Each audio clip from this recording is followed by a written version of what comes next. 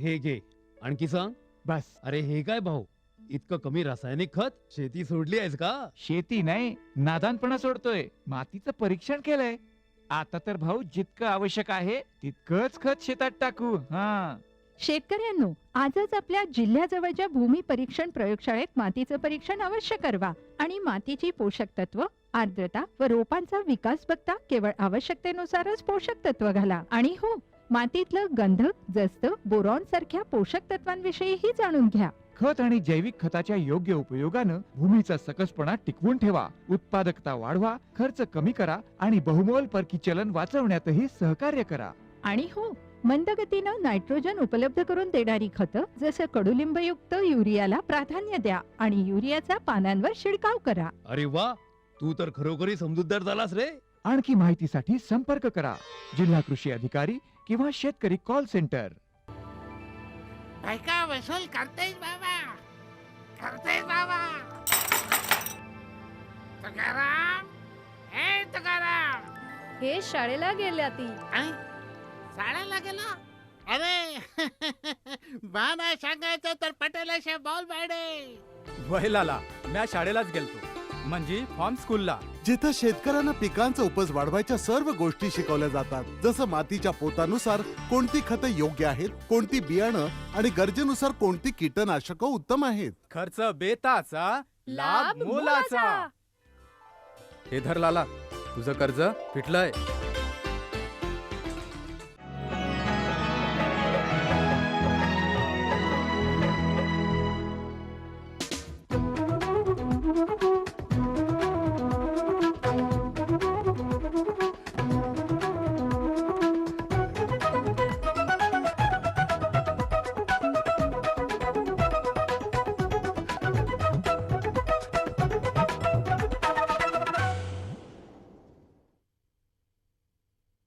कांद्याचे किमान निर्यात मूल्य वाढवण्याचा केंद्राचा निर्णय.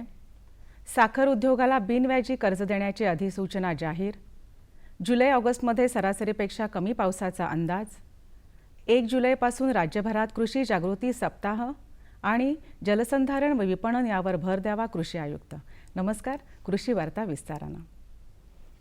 केंद्र सरकारनं शुक्रवारी म्हणजेच तारीख 26ला कांद्याची MIP तब्बल 175 अमेरिकी डॉलर्सनं वाढवून प्रति टन 425 अमेरिकी डॉलर्स करण्याचा निर्णय घेतला.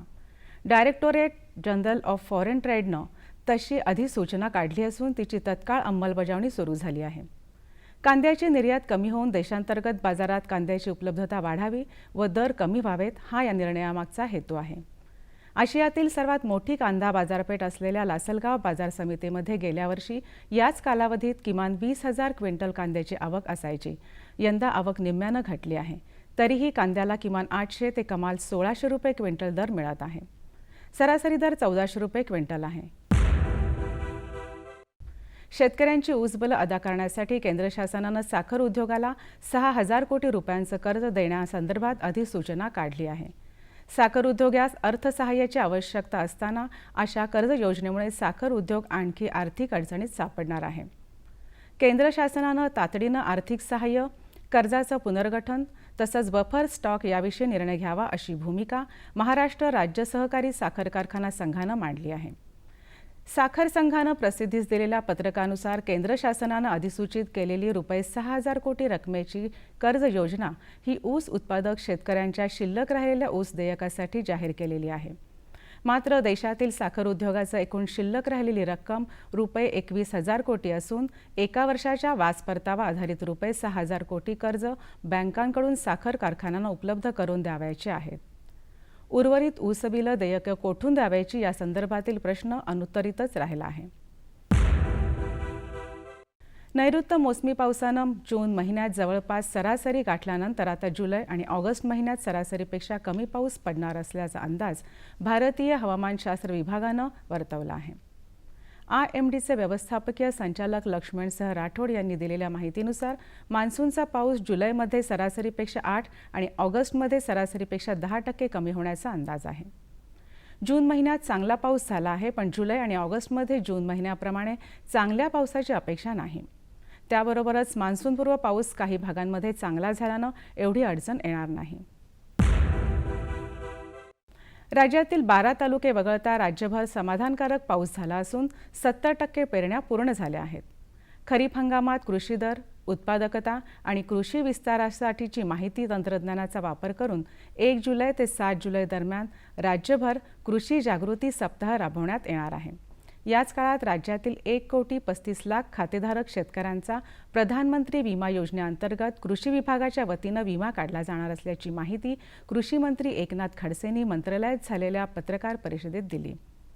कै वसंतराव नाईक यांच्या जयंतीदिनी 1 जुलै रोजी कृषी दिन साजरा केला जाणार आहे. त्याच निमित्तानं कृषी विभागाच्या योजना आणि नवतंत्रज्ञान शेतकऱ्यांपर्यंत पोहोचवण्यासाठी सर्व घटकांच्या सहभागातून कृषी जागृती सप्ताह राबवण्यात येणार आहे, असं खडसे म्हणाले.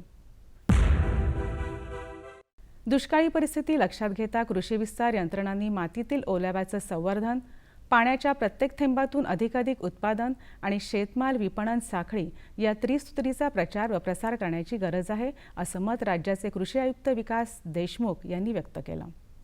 महात्मा फुले कृषी विद्यापीठ आणि राज्याचा कृषी विभाग यांनी संयुक्तपणे आयोजित केलेल्या विभागीय कृषी संशोधन व विस्तार समितीची बैठक 24 जून रोजी पुणे कृषी महाविद्यालयामध्ये आयोजित करण्यात आली होती. त्यावेळी ते बोलत होते. याप्रसंगी विद्यापीठाचे कुलगुरू डॉक्टर तुकाराम मोरे, संशोधन संचालक डॉक्टर राजेंद्र पाटील, कृषी विभागाचे फलोत्पादन संचालक डॉक्टर सुदाम अडसूळ आदी उपस्थित होते. पेरणीसाठी हा काळ उत्तम आहे. सर्व पिकांची पेरणी शेतात वापसा येताच करावी. योग्य ओलीवर पेरणी केल्यास उगवण चांगली होते. भाजीपाला पिकांचं उदाहरणार्थ टोमॅटो, मिरची, फुलकोबी इत्यादी रोपं गादी वाफ्यावर टाकण्यापूर्वी रोपं कोलमडणं या बुरशीजन्य रोगापासून वाचण्यासाठी मेटॅलेक्झिन 35 SD या बुरशीनाशकाची 5 ग्रॅम प्रति किलो या प्रमाणात बीज प्रक्रिया करावी. उगवून आलेल्या रोपांवरती जर या रोगाचा प्रादुर्भाव दिसून आला असेल तर मॅन्कोझेब 64% अधिक मेटॅलेक्झिल 8% या संयुक्त बुरशीनाशकाची 20 ग्रॅम प्रति 10 लिटर पाण्यातून फवारणी करावी.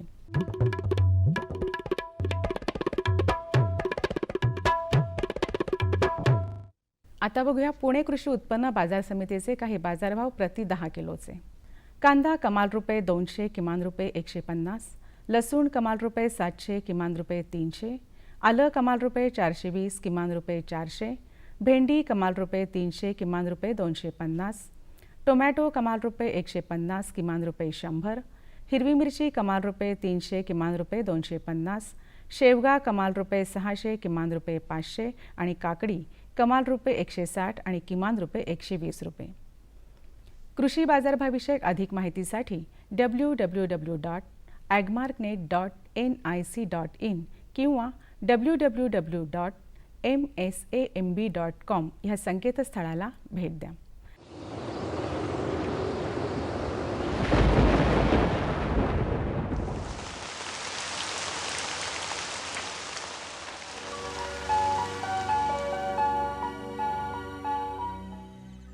राज्यात बहुतांश ठिकाणी पाऊस पडण्याची शक्यता असून विदर्भात तुरळक ठिकाणी मुसळधार पाऊस पडण्याची शक्यता आहे. राज्यातील काही प्रमुख शहरांचं तापमान अंश सेल्सिअसमध्ये पुढीलप्रमाणे. मुंबई कमाल तापमान 33 अंश सेल्सिअस, किमान तापमान 27 अंश सेल्सिअस. पुणे कमाल तापमान 28 अंश सेल्सिअस, किमान तापमान 21 अंश सेल्सिअस. नागपूर कमाल तापमान 36 अंश सेल्सिअस, किमान तापमान 26 अंश सेल्सिअस. नाशिक कमाल तापमान 29 अंश सेल्सिअस, किमान तापमान 22 अंश सेल्सिअस. औरंगाबाद कमाल तापमान 31 अंश सेल्सिअस, किमान तापमान 23 अंश सेल्सिअस. कोल्हापूर कमाल तापमान 31 अंश सेल्सिअस, किमान तापमान 23 अंश सेल्सिअस. सांगली कमाल तापमान 28 अंश सेल्सिअस, किमान तापमान 22 अंश सेल्सिअस. सातारा कमाल तापमान 27 अंश सेल्सिअस, किमान तापमान 21 अंश सेल्सिअस आणि सोलापूर कमाल तापमान 31 अंश सेल्सिअस आणि किमान तापमान 23 अंश सेल्सिअस राहण्याची शक्यता आहे. हवामानविषयक अधिक माहितीसाठी भारतीय हवामान विभागाच्या www.imd.gov.in ह्या संकेतस्थळाला भेट द्या.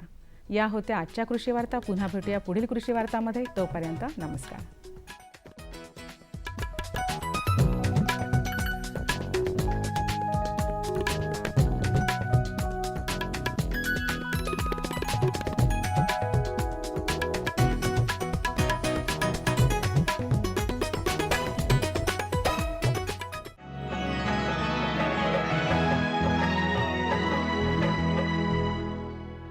सुगंधाच्या दरवळीमध्ये, स्वादाच्या बहारीमध्ये, प्रगतीच्या डहाळ्यांमध्ये पसरणाऱ्या हास्यांमध्ये, हिरव्यागार झाडांमध्ये, मोठ्या मोठ्या सौद्यांमध्ये, गोड मधुर गुंजनामध्ये, आनंदाच्या चाहुलीमध्ये. NHM बागवानी मिशन. आमची आकांक्षा आपलं स्मितहास्य.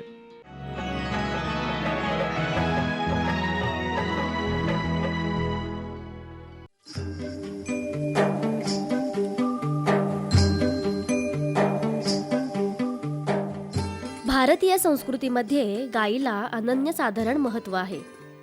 गाय ही देवता समान मानली जाते. म्हणूनच की काय देशाच्या अर्थव्यवस्थेमध्ये सुद्धा गायीचा महत्त्वाचा वाटा आहे. मग ते दूध उत्पादनाच्या बाबतीत असू देत किंवा शेतीच्या कामात काम करणाऱ्या गायींच्या संदर्भात असू देत. गाय ही शेतकऱ्यांसाठी अत्यंत महत्त्वाची भूमिका पार पाडत असते. वैदिक काळापासून गायीला मोठ्या प्रमाणात प्राधान्य दिलं जातं. मुक्काम पोस्ट धनगाव, तालुका पलूस, जिल्हा सांगली इथल्या सुनील विष्णू भोसले यांना देशी गायीचं महत्त्व चांगल्या प्रकारे समजलं आणि म्हणूनच त्यांनी देशी गायींचं संगोपन आणि संवर्धन करायला सुरुवात केली. मुळात म्हणजे आपण बघायला गेलं तर आपण हा गीर जातीच्या का निवडल्या ह्याला सगळ्यात महत्त्वाची गोष्ट आहे की आपण जर आपलं रेकॉर्ड बुक काढलं ग्रीनिश बुक तर त्यामध्ये गीर ही जगातली सर्वात श्रेष्ठ जास्त दूध देणारी गाय आहे. आणि गीर अलीकडे बघायला गेलं तर गीर ही जात 1922ला ब्राझीलमध्ये पहिल्यांदा नेली. ब्राझीलने ह्या जातीचं महत्त्व ओळखलं. भारतीय ज्या इंडिजिनस काऊ आहेत तर त्यांचं महत्त्व ओळखल्यानंतर ब्राझीलची आज जी क्रांती झाली आहे शेतीतली ती पूर्णपणे भारतीय गोवंशावर झालेली आहे. आणि त्यामुळं कसं की आपल्याकडं त्याच्याविषयी अवेअरनेस नाही. शेतकऱ्याला खूप माहिती आहे की देशी गाय चांगली आहे, त्याचं दूध जरी कमी असलं तरी त्याचं उत्पन्न किंवा बाकीच्या सगळ्या गोष्टी चांगल्या आहेत. जवळपास एक गाय आपल्याला 72 ते 75 हजार रुपये उत्पन्न देऊ शकते शेण गोमूत्र पकडलं तर. दुसरी गोष्ट माझं जे गोमूत्र आहे ते 20 रुपये लिटरनी जातं. माझं जे शेण आहे ते 5 रुपये किलोनी जातं. समजा मी अग्निहोत्रासाठी जर शेणाची जी बिस्किटं केलेली असतील तर ते 30 रुपये न जवळपास 500 ग्रॅमची ती जाऊ शकतात शेणी. दुसरी गोष्ट अशी की गीरच निवडण्याचं कारण म्हणजे की गीर ही ह्या देशी गायी आहेत ह्या सगळ्या कुठल्याही कटिबंधात न्या किंवा भारतात कुठेही न्या त्या चांगल्या पद्धतीनं राहतात. त्याच्यावरती कुठलाही आरोग्याचा किंवा ह्याचा परिणाम होत नाही तिथल्या वातावरणाचा. ही गाई श्रेष्ठ असल्यामुळं आणि ह्या गाईला वैद्यकीय श्रेष्ठ म्हणतो त्याचं कारण असं आहे की हे काय विज्ञानातलं वगैरे वैज्ञानिक सांगतो. ह्या गाईचं जे आतडं आहे देशी गाईचं ते 138 फूट लांब आहे. जगातला असा कुठलाही प्राणी नाही की एवढ्या लांब आतड्याचा प्राणी. ह्या गाईनं काही खाल्लं ते गाईला पचलं जातं. दुसरी गोष्ट ह्या गाईच्या जे आतडा आहेत त्या आतड्याला 33 कोटी छिद्र आहेत. त्यातनं ही गाई ओझोन सोडते. म्हणून या गाईनं जे हुंगलं असेल तरी पिकं त्वरारून येतात. किंवा ज्याला हृदयविकार असेल किंवा कॅन्सरसारखे आजार असेल तर त्यांना ह्या गोशाळेत राहायचा सल्ला वैद्य लोक देतात. त्याचं कारणच आहे ह्या गाईचं जे आतडं आहे ते 138 फूट लांब आहे. त्याला 33 कोटी छिद्र आहेत. ही गाई पूर्ण वेळ 33 कोटी छिद्रातून ही गाई ओझोनसारखा वायू किंवा प्राणवायूसारखा वायू सोडते. ती ज्या आपल्या सृष्टीसाठी उपयुक्त आहे. आणि हीच गोष्ट आज आम्हाला सांगितली नाही. आम्हाला फक्त काय सांगितलं जातं की गाईमध्ये 33 कोटी देव आहेत. का तर श्रद्धेपोटी लोकांनी ह्याच्यावरती विश्वास ठेवावा. एखादा दगडाला कसं सिंदूर फासल्यानंतर लोक पाया पडतात तसं ह्या गाई तुम्ही पाया पडा. गाईमध्ये 33 कोटी देव आहेत एवढंच आम्हाला सांगितलं जातं. तर त्याच्या पलीकडचं जाऊन जे विज्ञान आहे त्या देशी गाईच्या 33 कोटी छिद्रातून ती गाई आपल्याला ओझोन पुरवते. त्यामुळं आज जे ग्लोबल वॉर्मिंगचं जे संकट आहे आज तुम्ही बघायला गेलं तर गेल्या वर्षभर प्रत्येक महिन्यात पाऊस पडलेला आहे. जे आपल्या निसर्गाच्या विरोधात किंवा निसर्ग नियमाच्या विरोधात सगळं हे वातावरण तयार झालेलं आहे. त्याला कारण म्हणजे एक तर आमच्या जमिनीतलं कार्बनचं प्रमाण वाढायला लागले आणि हवेतलं कार्बन डायऑक्साईडचं प्रमाण वाढायला लागले. तर ह्याचा पूर्ण जर हे असेल परिणाम थांबवायचा असेल तर देशी गोवंशाशिवाय त्याला पर्याय नाही. देशी गायींच्या तसं पाहिलं तर एकूण 32 जाती आहेत. पण त्यातही गीर ही जात चांगल्या प्रतीची मानली जाते. सर्व जातींपेक्षा श्रेष्ठ तसंच जास्त दूध देणारी ही जात कोणत्याही प्रदेशात तसंच हवामानात चांगल्या प्रकारे राहू शकते. जवळपास माझ्याकडे एक 35 ते 40 गायींचा गोठा आहे. देशी गाई म्हणायला गेलं तर आपल्याकडे खिलार आहे, गीर आहे, थारपारकर आहे, कॉन्क्रेज आहे. त्यातली माझ्याकडे गीर आहे. गीर ही गुजरातमधली जात आहे. आणि माझ्याकडं मुक्त संचार पद्धतीचा गोठा आहे. की जेणेकरून गाईची मानसिकता हे पूर्णपणे मुक्त राहिलेली आहे. गाई पाणी प्यायला त्याच्या वेळेनुसार जाते, चारा तिच्यानुसार खाते आणि ह्या गाईचा मी दुग्ध उत्पादनासाठी मी उपयोग केलेला आहे. देशी गाईचं दूध हे अतिशय पौष्टिक आणि आपल्या सगळ्यांसाठी गरजेची गोष्ट आहे. ह्या गाईपासून जे आपल्याला शेण मिळतं, गोमूत्र मिळतं किंवा ताक मिळतं, हे सगळं आपल्यासाठी खूप आरोग्यासाठी चांगलं आहे. त्याबरोबर काय की देशी गाईचं तूप मी 2000 रुपये किलोनी विकतो. तर ते तूप असं आहे की तूप हे पारंपरिक पद्धतीनं तयार केलं जातं. ह्या गाईंची दूध काढण्याची किंवा दूध जे काढलं जातं हे हाताने काढलं जातं. त्यासाठी जी जुनी पद्धत आहे ती वापरली जाते. त्याबरोबरच ह्या देशी गाईचा जे शेण आणि गोमूत्र आहे ते सुद्धा आपण सेंद्रिय शेतीसाठी वापरले जाऊ शकतं. आमच्याकडं देशी गाईच्या गोमूत्रापासून गोमूत्र अर्क तयार केला जातो. त्याबरोबरच सेंद्रिय खतही तयार केलं जातं. गाय ही दूध, शेण, गोमूत्र हे देत असते. तिच्या दुधाला विशेष प्राधान्य दिलं जातं, कारण गाईचं दूध हे पचायला हलकं असतं. शिवाय लहान मुलांच्या शारीरिक तसंच मानसिक वाढीसाठी गाईचं दूध गुणकारी आहे असं वैद्यकीय तज्ज्ञांचं मत आहे. गाईचं शेण हे अनेक औषधांमध्ये, सौंदर्य प्रसाधनांमध्ये वापरतात आणि गोमूत्राचा सुद्धा औषध तसंच कीटकनाशक म्हणून उपयोग केला जातो. तसंच पंचगव्य, दशपर्णी अर्क ही सुद्धा आपण ह्या गोठ्यात आपण तयार केले जातात, ज्याचे आज गरजेचं आहे. एका बाजूला आज आपण देशी गाई नष्ट व्हायला लागलेल्या आहेत, देशी गोवंशाचं प्रमाण कमी व्हायला लागलेलं आहे आणि तेच आज शेतकऱ्यांच्या अर्थकारणाशी निगडीत आहे. वारंवार पडणारा दुष्काळ किंवा अतिवृष्टी असेल किंवा निसर्गाचं जी प्रतिकूलता आहे त्या ह्याच्यात टिकून ठेवणारी जात म्हणजे देशी गोवंश आहे. आज बघायला गेलं तर आपल्याकडं शेतीचा खर्च वारेमाप वाढलेला आहे, शेत नापिकीकडं चाललेलं आहे, शारपडसारखे प्रश्न वाढायला लागलेले आहेत. तर आज ह्या देशी गाईचं जे आपण शेण असेल, मलमूत्र असेल, गोमूत्र असेल तर ते तुम्ही वापरून सेंद्रिय पद्धतीचं तुम्ही धनधान्य किंवा सेंद्रिय पद्धतीचे आपण उत्पादने घेऊ शकतो, जे आज रेसिड्यू फ्री आहेत. की आपल्याकडं बघायला गेलं तर आज रासायनिक खतांचा आणि कीटकनाशकांचा वारेमाप वापर चालू आहे. त्यामुळं त्या पिकांवरती येणारे रोग किंवा त्याच्या वाढीसाठी जे आपण रासायनिक खतं वापरली जातात त्यातला रेसिड्यू राहिल्यामुळं की आपल्याला आज आरोग्याच्या बऱ्याच समस्यांना सामोरे जायला लागलेले आहेत. सुनील भोसले यांनी देशी गायींचं संगोपन करताना तिच्यापासून मिळणाऱ्या गोमूत्र, शेण यांचा वापर करून वेगवेगळ्या उपयुक्त गोष्टींची निर्मिती केली, जसं की अग्निहोत्रासाठी लागणाऱ्या शेणाची बिस्किटं, गोमूत्र अर्क, गाईच्या दुधाचं तूप हे उत्पादन ते घेतात आणि त्याचा आर्थिक फायदा सुद्धा त्यांना चांगल्या प्रकारे होत आहे. देशी गाईचं तूप हे अतिशय चांगलं आहे, कारण की जर एखाद्याला जुनाट पद्धतीचे जे आजार असतील किंवा बाळातीन बायला किंवा गरोदर बायला जे तूप लागतं ते पुरातन काळापासून आपल्याकडं त्याचं एक वैशिष्ट्य आहे. ते बघायला गेलं तर आज आपण तूप जे टिकतं ते 1 वर्षापर्यंत खायला टिकलं जातं आणि 5000 वर्षापर्यंत हे देशी गाईचं तूप हे औषध म्हणून वापरलं जातं. जुन्या काळातले जे वैद्य असतील किंवा अलीकडे जे आज आयुर्वेदिक पद्धती आज जे आपल्याकडं प्रचलित सुरू झालेले आहे त्या सगळ्या ह्याच्यात हे तूप वापरलं जातं. देशी गाईचं तूप हे समजा आपण वापरलं खाण्यामध्ये किंवा औषधासाठी तर रोगाला किंवा आपल्या ज्या आजाराला पटकन ते बरं करतं, असा हा देशी गाईचं तुपाचं महत्त्व आहे.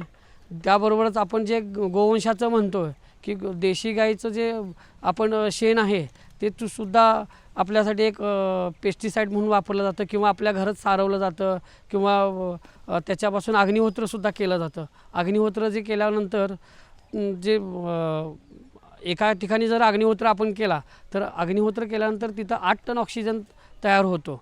ते सुद्धा आज विज्ञानानं सिद्ध केलेलं आहे. हे अग्निहोत्र वगैरे हे खूप जुन्या पद्धतीची यज्ञ आहे आणि तो प्रत्येक ठिकाणी केलाच जातो. सूर्यास्त आणि सूर्योदयाच्या वेळी जे अग्निहोत्र केलं जातं. त्याबरोबरच जे आपण दशपर्णी अर्क आहे ते कीटकनाशक म्हणून वापरलं जातं की आपल्या रस्त्याकडच्या ज्या वनस्पती आहेत ज्या जनावरं खाऊ शकत नाहीत त्यात आपल्याकडं निरगुडे असेल, लिंब असेल, करंज असेल, घाणेरी असेल, रुई असेल, एरंडमुगले असेल, हे सगळ्याचा जर आपण अर्क तयार केला तर एक चांगल्या पद्धतीचे पेस्टिसाईड म्हणून आपण वापरू शकतो. आणि ज्या पिकांवरती येणारे रोग असतील किंवा त्याच्या वाढी संदर्भात हे दशपर्णी वापरलं जातं. त्याबरोबरच पंचगव्य आहे. त्या गाईच्या ज्या 5 गोष्टी आहेत, शेण, गोमूत्र, दही, दूध, तूप, ह्याच्यापासून आपण पंचगव्य करू शकतो. ते पंचगव्य आहे ते खाण्यासाठीही चांगलं आहे आणि ते पिकांच्या वाढीसाठीही चांगलं आहे. तर अशा पद्धतीनं आम्ही हा देशी गाईचं जे अर्थशास्त्र आहे, की आज आपण म्हटलं जातं की देशी गाई परवडत नाही, देशी गाई संपुष्टात यायला लागल्या, त्याला कारण म्हणजे शेतकरी आहे की शेतकऱ्याकडं ह्या देशी गाईच्या संदर्भातली माहितीच दिली जात नाही. पूर्वी शेतकऱ्याला बळीराजा म्हणत होते. बळीराजा का म्हणत होते तर प्रत्येकाच्या दारात 2 बैल आणि 1 गाई असायची. त्या 2 बैलांवरती आणि त्या गायींवरती त्याची शेती अवलंबून होती. त्याला 1 रुपयाचा खर्च त्याला बाहेरचा नव्हता. आज अलीकडं काय झालं की आपल्याकडं देशी गाई संपलेले आहे, कारण की आपल्याकडं दूध देणाऱ्या गायींसंदर्भातली माहिती दिली जात नाही किंवा शासनही त्याबाबतीत उदासीन असलेलं आपल्याला काही ठिकाणी जाणवतं. बंदिस्त गोठ्यापेक्षा मुक्त संचार पद्धतीमध्ये जनावरांचं संगोपन हे खूप चांगलं होत असतं. त्यामुळे शारीरिक आणि मानसिक दृष्ट्या जनावर सुदृढ राहतं. बंदिस्त गायीमध्ये कसं होतं की गाई पूर्णपणे वर्षानुवर्षे बांधून होती, त्यामुळे तिचं आजाराचं प्रमाण वाढत होतं. तिची मानसिकता फ्री नव्हती. कसं एक बघायला गेलं तर पशु किंवा जनावर बघितलं गेलं तर ती मोकळं पाहिजे. आपण मानवानं जोपर्यंत जनावरं पाळायला सुरुवात केली त्यावेळीपासून त्याला ते बंदिस्त स्वरूप आलं, कारण त्याच्या फायद्यासाठी हे जनावर वापरलं जातं. मुळात बघायला गेलं तर मुक्त संचार गोठामध्ये काय आहे की गाईची मानसिकता फ्री राहते. त्याला ज्यावेळी ताण लागल्या त्यावेळी ते जाऊन पाणी पितं, त्याला जेव्हा भूक लागली त्यावेळी ते जाऊन चारा खातं, की मालकाला ज्यावेळी वेळ आहे त्यावेळी तो पाणी दाखवत होता, मालकाला ज्यावेळी वेळ आहे त्यावेळी तो चारा टाकत होता. अशी जी पद्धत आहे त्यामुळे त्याची भूक मोड होत होती आणि ज्याला नको त्यावेळी चारा दिला जात होता आणि भूक असताना त्याला चारा दिला जात नव्हता. त्यामुळं ते जनावर खुजं होत होतं किंवा त्याची दुग्ध उत्पादनाची क्षमता कमी होती. सध्या आपण बघतो की रासायनिक खतांमुळे माणसाला अनेक दुष्परिणाम भोगावे लागत आहेत. म्हणूनच शेतकरी सेंद्रिय शेतीकडे वळत आहेत आणि ह्यासाठी गाय ही शेतकऱ्यांना खूप उपयोगी पडते. तिच्या शेणापासून गोबर गॅस, सेंद्रिय खत, कीटकनाशकं मिळतात. त्यामुळे देशी गाय ही शेतकऱ्यांना मिळालेलं एक वरदानच आहे. साधारणपणे एक गाय आपल्याला वर्षाकाठी 72 ते 75 हजार रुपये उत्पन्न देऊ शकते आणि आमच्याकडे ती देते. कारण ह्या गाईचं जे आत्ता दूध आहे आपल्या भारतातल्या, कारण ह्याच्यावरती पूर्णपणे ह्याच्या वेतनावरती किंवा ह्याच्या सिमेंटवरती अभ्यास केला नसल्यामुळं आज भारतीय गायीवरती ती साधारण ही दुधाची दूध उत्पादन क्षमता थोडी कमी आहे. 5-6 लिटरपासून 10-12 लिटरपर्यंत ही गाय 2 वेळेचं दूध देऊ शकते. दूध हे माझ्याकडचं आहे ते 100 रुपये लिटरने आम्ही देतो. पंचकर्मासाठी दूध लागतं किंवा ज्या मातांना बाळासाठी दूध येत नाही त्यासाठी ते दूध नेलं जातं आणि आपण उरलेल्या दुधात आपण तूप करतो. तर ह्या तूप आणि तुपाच्या उत्पन्नाबरोबरच तूप आणि दुधाच्या उत्पन्नाबरोबरच ह्याचं गोमूत्र आहे ते 20 रुपये लिटरनी जातं, शेण 5 रुपये किलोनी जातं आणि त्याच्यावर बाकीचे जे पदार्थ वापरून आपण सेंद्रिय शेतीसाठी दशपर्णी आणि पंचगव्य करतो. अशा सगळ्याचा एकत्रित वापर केला तर आपल्याला 72 ते 75 हजार रुपये एक गाय आपल्याला वर्षाकाठी देऊ शकते. शेतकऱ्याला जर शेताचा वारेमाप खर्च कमी करायचा असेल, स्वतःबरोबरच कुटुंबाचं सुद्धा आरोग्य सुदृढ ठेवायचं असेल आणि चांगल्या प्रतीचं उत्पादन हवं असेल तर देशी गायींचं संगोपन हा सर्वोत्तम उपाय आहे. काही गैरसमजुतीमुळे आज देशी गायींचं प्रमाण कमी होताना दिसतंय. पण सुनील भोसले यांचा आदर्श जर आपण आपल्या डोळ्यासमोर ठेवला तर आपल्या नक्कीच लक्षात येईल की ही गाय नव्हे तर आपली माय आहे.